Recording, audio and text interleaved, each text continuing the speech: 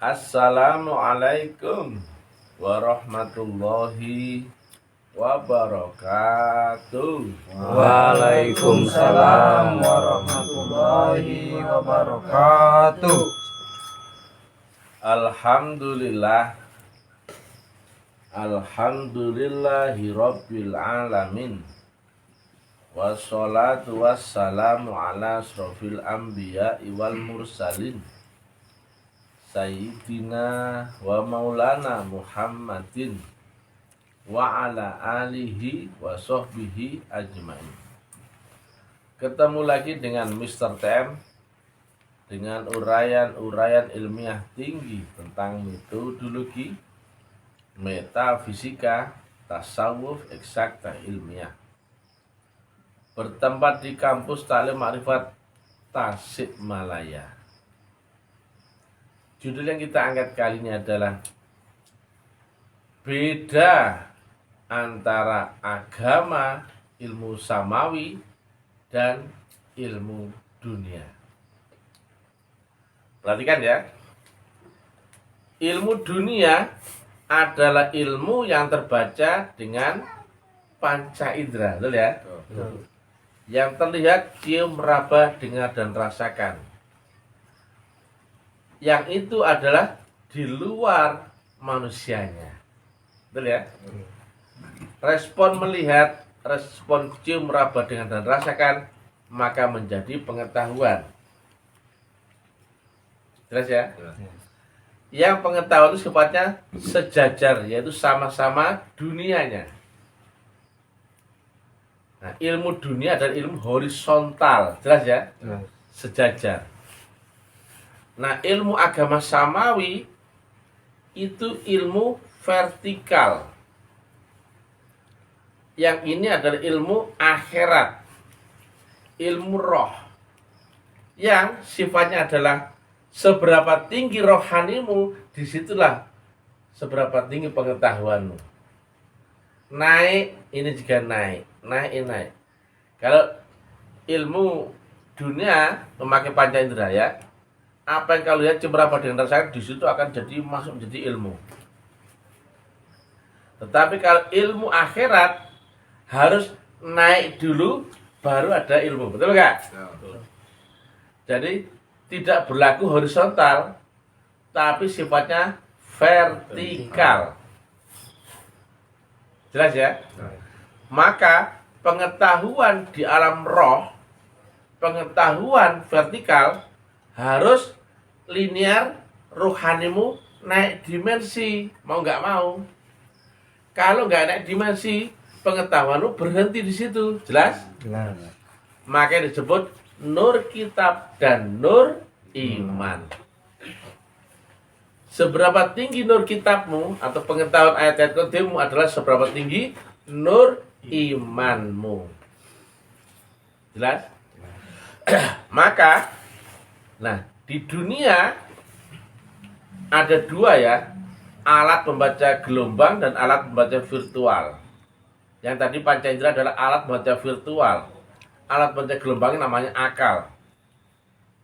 Nah, ini karena sifatnya linear apa horizontal, apapun ilmu itu sifatnya linear, asalkan belajar masuk. Nggak perlu naik dimensi ya. Orang ya, walaupun petani, kemudian belajar ilmu nelayan, ngerti gak dia ilmu nelayan? Ngerti, asalkan pengetahuan dibaca, dilihat, atau dirasakan, ya, itu namanya masih ilmu horizontal, betul gak? Nah, tetapi yang namanya ilmu vertikal wajib naik dimensi dulu, baru dapat pengetahuan, betul gak? Nah, sekarang teori yang saya sampaikan ini cocok gak dengan kalimat Nabi? Allah hanya menerima jenis ilmu yang hakul yakin. Jelas? Jelas. Bukan ilmu yakin atau ainul yakin. Artinya apa? Kau alami baru itu sah. Nah, ini maksudnya apa? Kau naik dimensi dulu, kau alami baru dapat pengetahuan. Tapi kalau horizontal, kau pelajari, kau tanya orang, kau lihat Google, sudah jadi pengetahuan, betul nggak?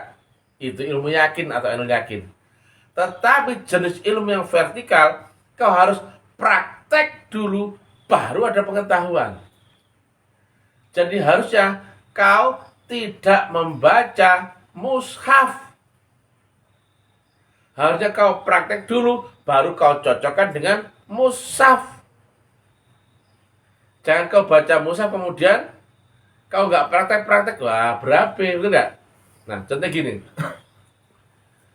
kau nggak akan dapatkan pengetahuan prosesmu sampai Surabaya. Nah, pengetahuan itu nanti ya, setelah kau berproses sampai Surabaya, baru kau dapat pengetahuan. Jangan pengetahuan dulu kemudian kau praktekkan, keliru ya. Itu jenis ilmu yang horizontal ya. Tapi kalau ilmu yang dimaksud hakul yakin adalah praktek dulu baru dapat pengetahuan. Nah, sekarang banyak ulama terbalik ya. Pengetahuan dulu nggak pernah praktek. Ditanya prakteknya, aku nggak tahu. Goblok apa tolol? Tolong. Lagi begitu. Ya bukan ya? Bedakan ya tadi ya. Berarti ulama itu masih ulama duniawi. Ilmunya ilmu horizontal. Betul ya? Betul. Seorang ahli makrifat. Contohnya gini. Sebetulnya ya. Makanya kalau orang sufi yang asli itu haram cerita yang belum dialami. Kalau dia sudah mengalami masuk kubur, dia baru berani cerita kubur karena ngalami. Ya. Dia cerita surga neraka kalau sudah mengalaminya. Kalau belum dialami, itu pamali ya sebetulnya. Itu aslinya begitu. Nah, sekarang kan enggak. Dikiranya pengetahuan kan sama, makanya kan orang sekarang sudah membedakan ya, antara ini ilmu yakin atau anul yakin atau hakul yakin, ya kan? Ya. Ngetu berusaha sama-sama di sini. Ya kan? Cuman bedanya kalau kau ngetupus dan nggak bisa praktek, nggak bisa terangkan caranya, berarti kan aneh. Kalau cerita akhirat kau nggak tahu caranya masuk akhir kan aneh, ya kan? Kalau cerita surga neraka kau nggak pernah mi'raj dan sebagainya kan aneh. Berarti ilmu masih ilmu cerita ya. Yang saya sampaikan ya, yang saya masukkan ilmu agama dan ilmu vertikal, itu nggak ada pengetahuan sama sekali. Kau harus nol. Kenapa? Coba ya. Ini berhubungan dengan Allah ya. Ya. Ya. Yang kata Nabi, zikir itu membersihkan. Maka harusnya nol nggak orangnya? Nol. Baru ada Allah, betul nggak ya? Nah, kalau nol, saya tanya, ada nggak pengetahuan? Tidak. Nggak ada. Betul? Betul. Kalau ilmu dunia, ada pengetahuan, betul nggak? Nah, ilmu dunia kan nggak nyambung dengan Allah karena akal nggak nyambung dengan frekuensi ruhania toh. Allah kan maharum, betul nggak? Udah nggak nyambung. Tapi kalau notabene ngomong ilmu akhirat, ya, tapi nggak praktek, wah ini payah ya. Dan nggak pernah tahu rumus caranya, itu nggak mungkin. Makanya di dalam Al-Maidah 35 kita diperintahkan untuk memakai jalan wasilah, betul nggak? Betul. Nah, harusnya lewat jalan wasilah itu ya, ini ibarat ada saluran di gelombang ya. Ini manusianya nol itu. Nol naik menjadi nol aksen, nol double aksen, nol triple aksen. Paham ya? Setiap naik dimensi antara 0 sampai 100 ketemu nol lagi, gitu enggak? Jam 00 sampai jam 24.00 itu ketemunya nol lagi, gitu enggak?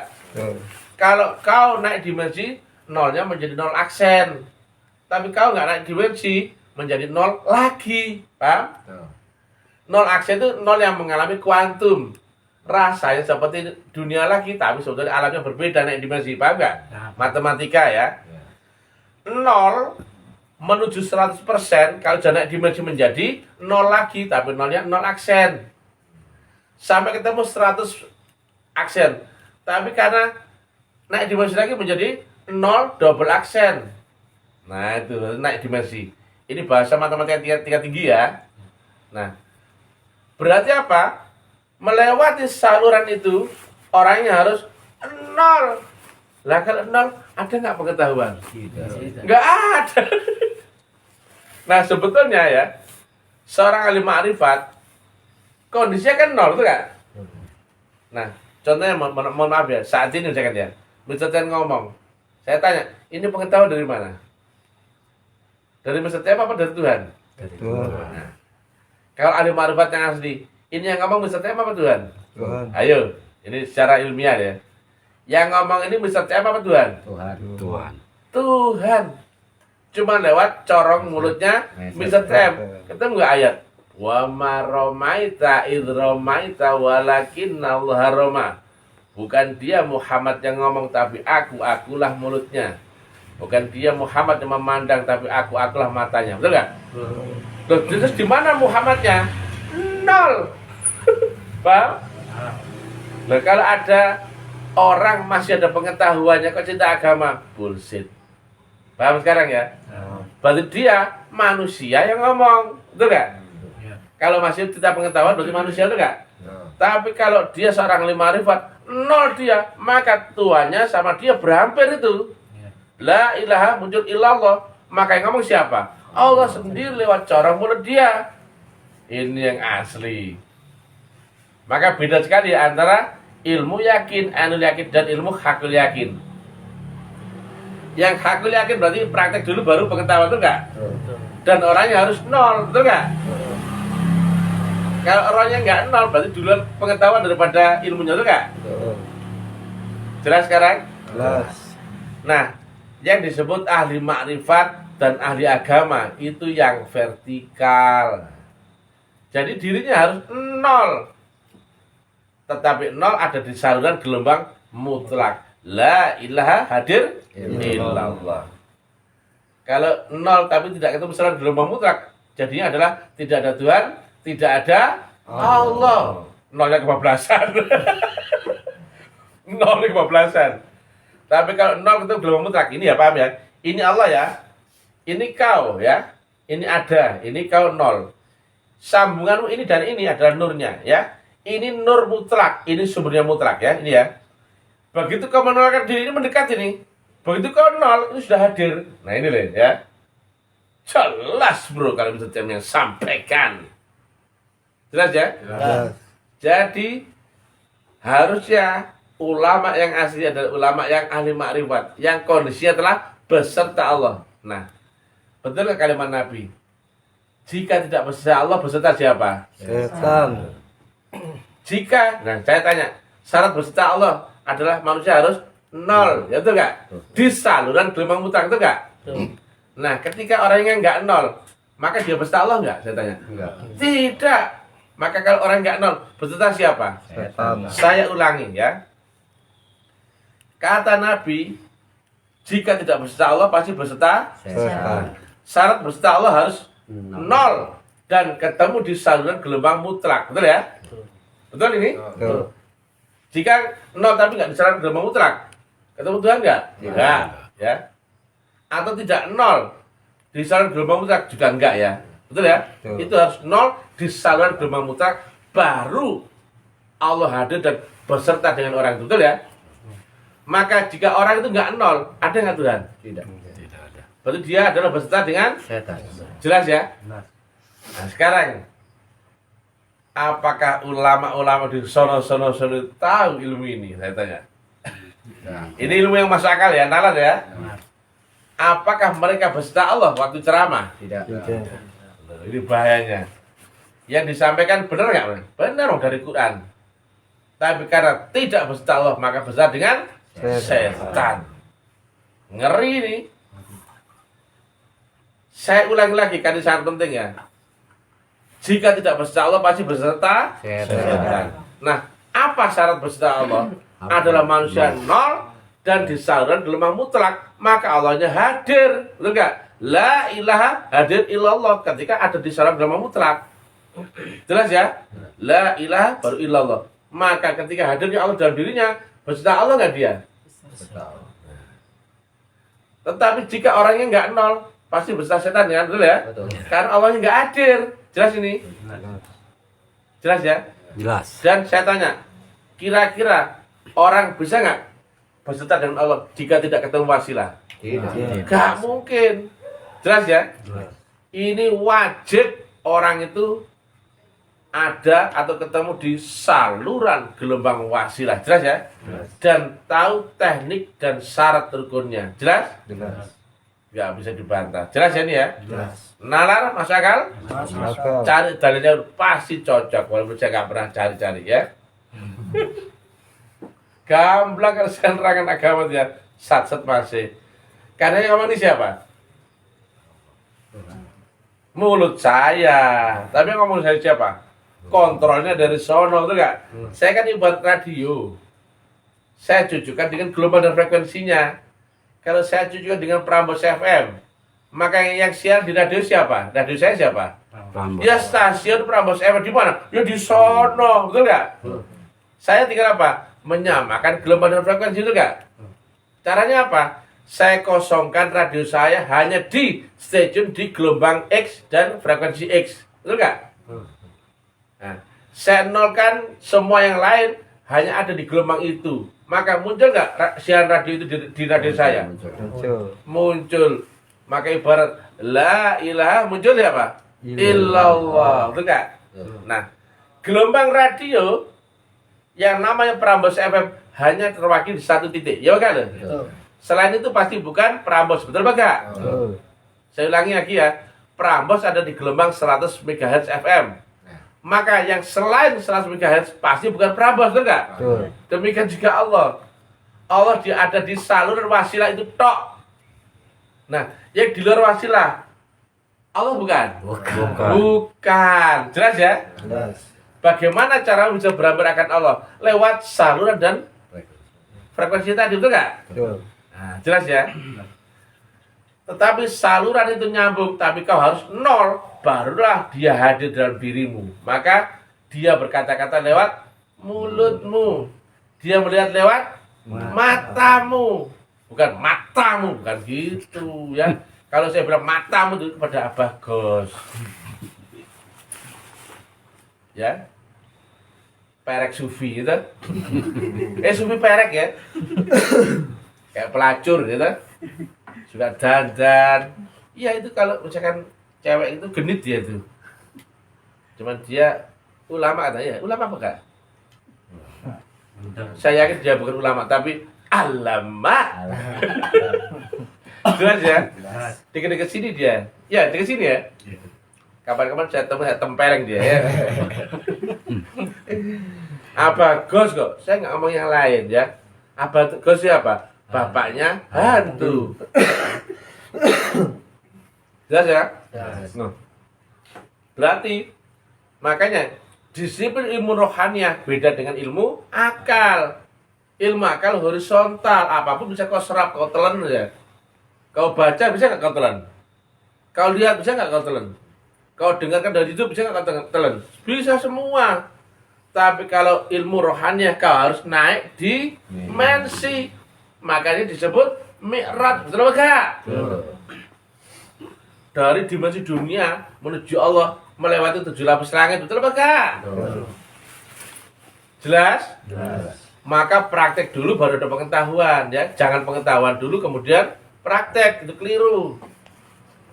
Karena apa? Kalau ada pengetahuan berarti kau nggak nol, betul enggak? Kau hanya temukan metodologi ini saja, sudah, nggak perlu pengetahuan. Saya tanya, Nabi pakai pengetahuan nggak? Nabi Isa pakai pengetahuan nggak? Nabi Musa pakai pengetahuan nggak? Enggak. Seluruh Nabi dan Rasul tidak pakai pengetahuan, betul nggak? Tapi pakai metodologi, mengenalkan diri, kemudian di sana gelombang besar, naik dimensi ketemu pengetahuan, naik dimensi ketemu pengetahuan, ya apa enggak? Saya ulang lagi, Nabi Muhammad apakah pernah membaca kitab di dalam cerita ya Taurat, Injil, Zabur? Tidak. Ngaji kepada Rabi Yahudi atau pendeta Nasrani? Tidak. Ngedu belajar syariat Nasrani atau Yahudi? Tidak. Enggak sama sekali. Demikian juga Nabi Isa, Nabi Musa juga. Inilah konsep agama yang benar. Jelas ya? Bukan dengan pengetahuan. Bukan dengan membaca. Bukan dengan mendengar. Bukan dengan apa? Debat bukan. Tapi jawab dengan apa? Baiat. Enak toh? kau dimatikan, hakikat jelas dah. Kau dinolkan, kemudian kau mendapatkan amalan zikir yang membersihkan, jelas dah. Ya kata Nabi, tazkiyatun nafs, jelas ya. Kalau kau sudah nol, ketulusan dalam mutlak, naiklah dimensi. Kau harus wajah itu bisa beri naik dimensi. Ketemu pengetahuan nggak? Ketemu terus naik. Naik lagi, ketemu pengetahuan nggak? Ketemu. Naik pengetahuan, naik lagi dimensi. Itulah agama yang diharapkan Tuhan. Cocok dengan hakul yakin? Cocok dengan ma'rifatullah? Cocok dengan mi'raj? Gimana orang belajar agama nggak bisa mi'raj? Taek. Ya kan lo? Dan saya jelasin masuk akal ya ini. Mudah dimengerti? Kebayang bisa dipraktekkan? Kebayang. Sederhana? Ilmiah? Ilmiah. Gak bulat? Enggak. Gak ruwet? Enggak. Gak dandan cantik kayak sebelah itu? Jelas ya? Jelas. Saya ulangi lagi ya. Nabi Muhammad gak belajar lewat buku ya. Gak belajar lewat apa-apa ya. Tapi lewat baiat, betul nggak? Betul. Kemudian teknik zikir, betul nggak? Kemudian suluk, betul nggak? Baru ketemu agama, betul nggak? Setelah baiat, wir sendiri, wir jamaah, suluk, kemudian kenal Allah, betul nggak? Jelasin ada. Setelah dia kenal Allah di dunia, maka dia kemudian kenal Allah yang di akhirat. Baru kemudian ada sholat, betul nggak?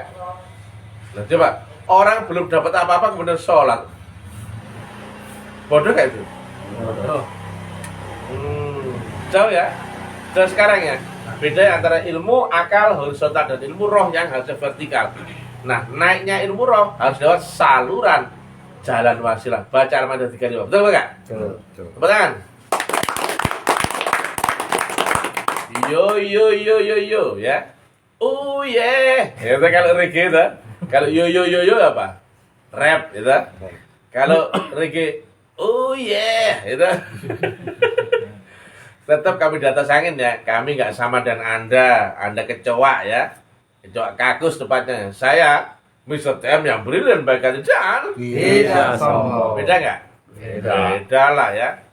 Saya nggak keras dengan cacing kremi itu ya. Kalau saya dibilang sombong, boleh nggak? Boleh. Bisa dibilang Kristen boleh nggak? Boleh. Islam? Boleh. Hindu? Boleh. Bodoh amat. Saya jenis orang yang nggak mabok pujian dan nggak gelisah dengan hinaan orang ya. Maka saya dakwah biasa saja ya. Karena apa? Nggak perlu saya dipuji. Saya nggak perlu manis-manis dah. Saya gaya Hindu pun nggak apa-apa, gitu. Dibilang orang, lu kok gitu? Nggak apa ya? Karena saya orangnya biasa saja. Kecuali saya itu pengen dipuji orang, saya pasti manis, ya tak? Saya udah nggak butuh pujian. Buat apa pujian? Saya saat ini kalau lagi ketemu dengan anggur, ya, yang saya inginkan ya makan anggur itu aja, sederhana. Gak perlu pujian. Jadi itulah ya. Wa ma romaita id romaita walakin Allah roma. Paham? Itu hanya berlaku bagi nol ya. Kalau nggak nol di dalam gelombang mutlak nggak mungkin paham agama, betul ya? Karena ini bukan thinking ya, tapi praktek dulu baru ada pengetahuan. Kau dapatkan cara prakteknya ya, lewati syarat rukunnya, jalan dan caranya. Kau berangkat ke Surabaya baru dapat pengetahuan, ditanya naik apa, bisa jawab? Bisa. Naik pesawat. Pesawat apa, bisa jawab? Bisa. Berapa ongkos, bisa jawab? Bisa. Berapa jam? Sampai sana jam berapa? Dijemput siapa, bisa jawab? Itulah maksudnya. Praktek dulu baru pengetahuan. Yang dibutuhkan untuk orang yang belajar agama adalah caranya praktek. Betul nggak? Supaya praktek baru dapat pengetahuan. Nah, caranya praktek itu apa? Tarekat. Jelas? Jelas ya ini? Jelas. Atau metodologi, yaitu orang harus melewati syarat rukun dan caranya, betul nggak? Betul. Gak perlu moco Quran mushaf. Nabi gak ngajarin gitu, bro. Sekarang di mana-mana moco delembeng. Kau bukan orang Arab, disuruh bahasa apa? Membaca bahasa Arab. Bacanya aja lu susah, betul nggak? Betul. Paling ngartikannya, betul nggak? Betul. Coba kalau apa yang nafsirkannya budak, iya. Coba kalau kau ketemu guru yang asli ya, guru murid yang asli, gak usah itu kau gak usah ya, kau tinggal ikuti gurumu, baiatlah baiat, zikirlah zikir ya, zikir jamaah, suluk, bakti ya bakti ya. Setelah itu dimensimu naik, betul nggak? Setelah ketemu wasilah, maka jihadlah di jalan itu, maka dimensimu naik. Lah kalau sudah naik, dapat pengetahuan nggak? Naik lagi, dapat pengetahuan nggak? Sudah. Jelas ya? Jadi nggak usah membaca kitab. Beda toh? Itu menyampaikan pelajaran beda ya? Gak perlu. Bebaskanlah dirimu di dunia ini ya. Dari apa? Kemelekatan, nafsu ya, kekhawatiran, takut, ragu. Agar kau merdeka. Karena apa? Nol itu merdeka nggak? Merdeka ya. Gimana kau mau terbang ke langit kalau kau itu burung tapi masih di dalam sangkar? Betul nggak? Betul. Harus merdeka dulu dong. Lah belum apa-apa kau sudah terdogma. Gak boleh ini, gak boleh itu. Ya enggak? Iya. Sholat itu dengan beban, betul nggak? Kalau kita sekarang sholatnya enjoy nggak? Enjoy. Bisa dengan berdiri, duduk atau tidur, ya Pak Kak? Enjoy. Nah, ketemu Allah yang wujud. Yang kesembah siapa? Allah. Tapi lihat siapa? Yang wujud. Berupa apa? Baktimu. Makanya wajib ya berkorban, sedekah. Itu wajib. Untuk siapa? Untuk dirimu agar bisa naik dimensi. Gurumu nggak butuh uang, bodoh. Ya kan? Yang butuh naik dimensi siapa? Ya kamu. Kalau nggak tahu naik dimensi nggak sampai Tuhan kan gitu. Kalau nggak naik dimensi nggak dapat pengetahuan ilahiyah. Jelas? Jelas. Jadi beda ya antara ilmu vertikal dan ilmu horizontal. Jelas ya? Assalamualaikum warahmatullahi wabarakatuh. Haleluya. Suksma puji Tuhan. Waalaikumsalam warahmatullahi wabarakatuh.